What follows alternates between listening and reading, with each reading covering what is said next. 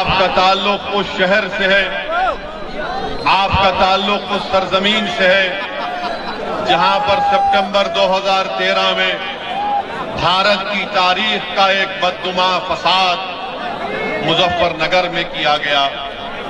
یہ بات بالکل سچ ہے کہ آج بھی ہزاروں کی تعداد میں ہمارے گھر کو ہم واپس نہیں جا سکتے۔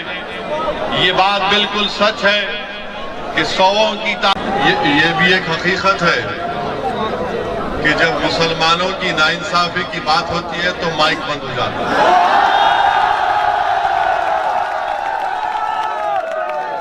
یہ ہمیشہ ہوتا ہے، مگر انشاءاللہ تعالی ایک وقت اتر پردیش میں عنقریب ضرور آئے گا جب ہماری آوازوں کو مائک کی ضرورت نہیں پڑے گی، اور وہ وقت انشاءاللہ تعالی آپ کو لانا پڑے گا۔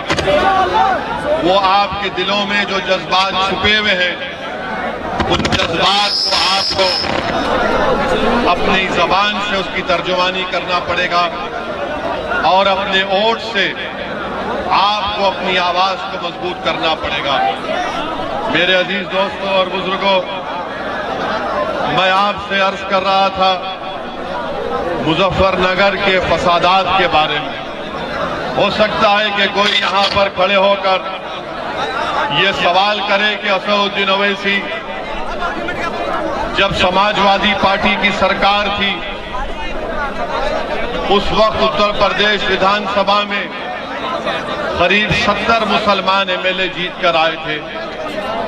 میں ان لوگوں سے یہ سوال میرا ہوگا کہ جب 70 کے قریب ایم ایل اے مسلمان جیت کر آئے تھے، اس ویدھان سبھا میں تھے، تو پھر یہ مظفر نگر کا کانڈ کیسے ہوا؟ میرے عزیز دوستوں اور بزرگوں، آپ اس بات کو بخوبی سمجھتے ہیں کہ اگر 70 M L A Muzaffarnagar کے فسادات کو روک نہیں پائے اور انصاف نہیں دلا پائے، تو پھر آپ اس لیے ہم انصاف نہیں کر پائے، نہ اس فساد کو روک پائے، کیونکہ جتنے مسلمان ایم ایل اے جیت کر آئے تھے، ان کی پارٹیوں نے ان کو کمزور بنا کر رکھ دیا، ان کی زبانوں پر تالا لگا دیا، اور ان سے کہا کہ خبردار تم اپنی آواز نہیں اٹھاؤ گے۔ مجلس اتحاد المسلمین آپ سے وعدہ کر رہی ہے کہ اگر آپ کے ووٹ اور اللہ کے فضل و کرم سے مجلس کا امیدوار ودھایک بن کر اتر پردیش کی ویدھان سبھا میں جائے گا، تو اس کو ہم پوری اجازت دیں گے کہ ہر ناانصافی کے خلاف آواز اٹھنی چاہیے، چاہے مسلمان پر ہو یا ہمارے ہندو بھائی پر ہو یا دلت پر ہو یا بیکورڈ کلاس پر ہو۔ مجلس ناانصافی کو پسند نہیں کرتی، مجلس ناانصافی سے نفرت کرتی ہے۔ اور میرے عزیز دوستوں اور بزرگوں، سماجوادی کی سرکار تھی، مظفر نگر کا فساد ہوا، اتنی بڑی تعداد میں پارٹیشن کے بعد اگر لوگ بے گھر ہوئے تو قریب 40,000 اور 50,000 کے قریب غریب مسلمانوں نے اپنے گاؤں کو، اپنے گھر کو، اپنی زمین کو، اپنی لہلاتی کھیتوں کو، اپنی مسجدوں کی ویرانی کو قبول کرنا پڑا۔ آج میں آپ سے وعدہ کرنے آیا ہوں کہ آپ کو جمہوری طریقے سے، تاکہ اب جب آپ اور ہم نے اپنی آنکھوں سے اس مظفر نگر کے فساد کو دیکھا، اگر ہم نے یہ نہیں چاہتے کہ انشاءاللہ دوبارہ اس طرح کے فسادات ہوں، تو اگر اس کو روکنا چاہتے ہیں تو میری آپ سے گزارش ہے کہ نہ صرف مظفر نگر کی جنتا سے بلکہ اتر پردیش کے میرے غیور مسلمانوں سے کہ آپ کو ایک سیاسی طاقت بننا پڑے گا، آپ کو اپنی قیادت کو بنانا پڑے گا۔ مظفر نگر کے میرے غیور بھائی اور بہنوں، میں مظفر نگر کے میرے ساتھیوں، کب تک آپ سماجوادی پارٹی کے لیے، کانگریس کے لیے، بی ایس پی کے لیے، آر ایل ڈی کے لیے آپ کب تک دری بچھاتے رہیں گے؟ آپ دری بچھاتے رہے اور ان کو ان کے سروں پر آپ اپنا تاج رکھتے رہے۔ میں آپ سے وعدہ کر رہا ہوں کہ اب دری بچھانے کا وقت نہیں ہے، اب آپ کو تاج پر بیٹھ بیٹھنے کا وقت ہے، اپنے سر پر تاج رکھنے کا وقت ہے۔ دری نہیں بچھائیں گے، اب ہم چادر نہیں پھیلائیں گے، ہم اپنا حصہ اتر پردیش کی سیاست میں لے کر رہیں گے انشاءاللہ تعالی۔ یہ تبدیلی آپ کو پیدا کرنا ہے۔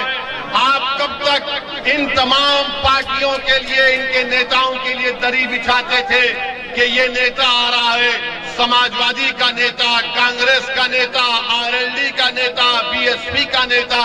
میرے عزیز دوستوں اور بزرگوں، اب دری بچھانے کا وقت نہیں ہے، اب آپ کو منچ پر کھڑے رہ کر اتر پردیش کی ویدھان سبھا میں جا کر اپنے مسائل کا حل تلاش کرنا پڑے گا۔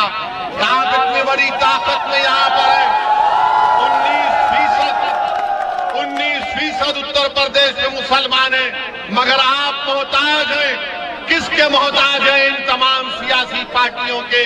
ہر الیکشن میں آپ سے آ کر کہا جاتا ہے کہ دیکھو یہ ویدھان سبھا کے چناؤ آپ کے لیے زندگی اور موت کا چناؤ ہے۔ میرے عزیز دوستوں، میرے بزرگوں، میری عزتدار ماں اور بہنوں، بتاؤ آخر کب تک آپ ووٹ ڈالتے رہیں گے ان تمام پارٹی کے نیتاؤں کو؟ آج وقت آیا ہے کہ آپ ایک کروٹ لیں، ایک بار فیصلہ لے لیں کہ اب کی بار ہم اپنی پارٹی مجلس کو ووٹ دیں گے اور اپنی سیاسی آواز کو، اپنی قیادت کو مضبوط کریں گے۔ میں اتر پردیش کو اپنی مقبولیت کے لیے یا اپنی انا کی تسکین کے لیے نہیں آیا ہوں۔ میری زندگی کا ایک ہی مقصد ہے کہ بھارت کا کسی بھی حصہ ہو جو میرا اور آپ کا ملک ہے، وطن عزیز میں غریب مسلمانوں کی ایک سیاسی آواز ہونی چاہیے۔ بھارت میں ہر سماج کی ایک سیاسی آواز ہے۔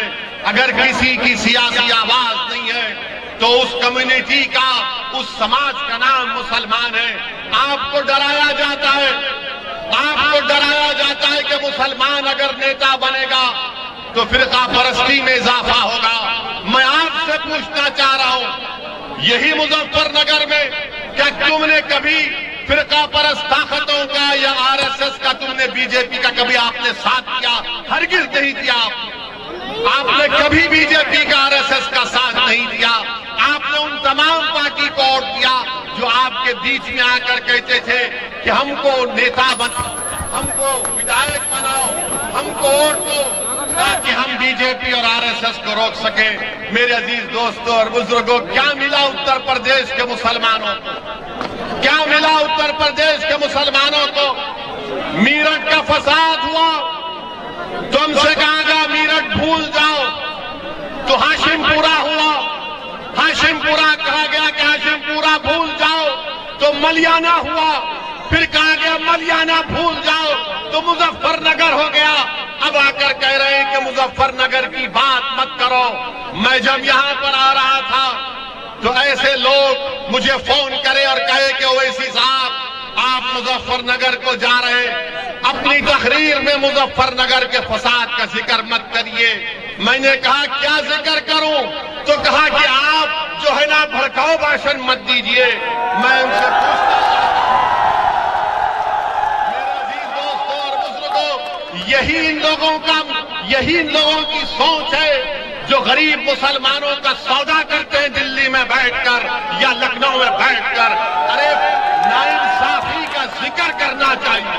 میں مظفر نگر کا ذکر، میں ملیانہ کا ذکر، ہاشم پورہ کا ذکر، میرٹھ کا فسادات کا ذکر ووٹ حاصل کرنے کے لیے نہیں کہہ رہا ہوں، میں اس لیے کر رہا ہوں کہ ناانصافیوں کو نہیں بھولنا چاہیے۔ جب آپ ناانصافیوں کو بھول جائیں گے تو دوبارہ ناانصافی ہوتی ہے۔ جس دن آپ ناانصافیوں کو یاد رکھیں گے کہ آج جسم پر یہاں پر زخم آیا تھا، اس زخم کو یاد رکھنا پڑے گا۔ میں زخموں کو کھولنے کے لیے نہیں آیا ہوں، میں آپ کو یاد دلانے کے لیے آیا ہوں کہ ناانصافی کس نے کی اور آپ کو کیا حاصل ہوا۔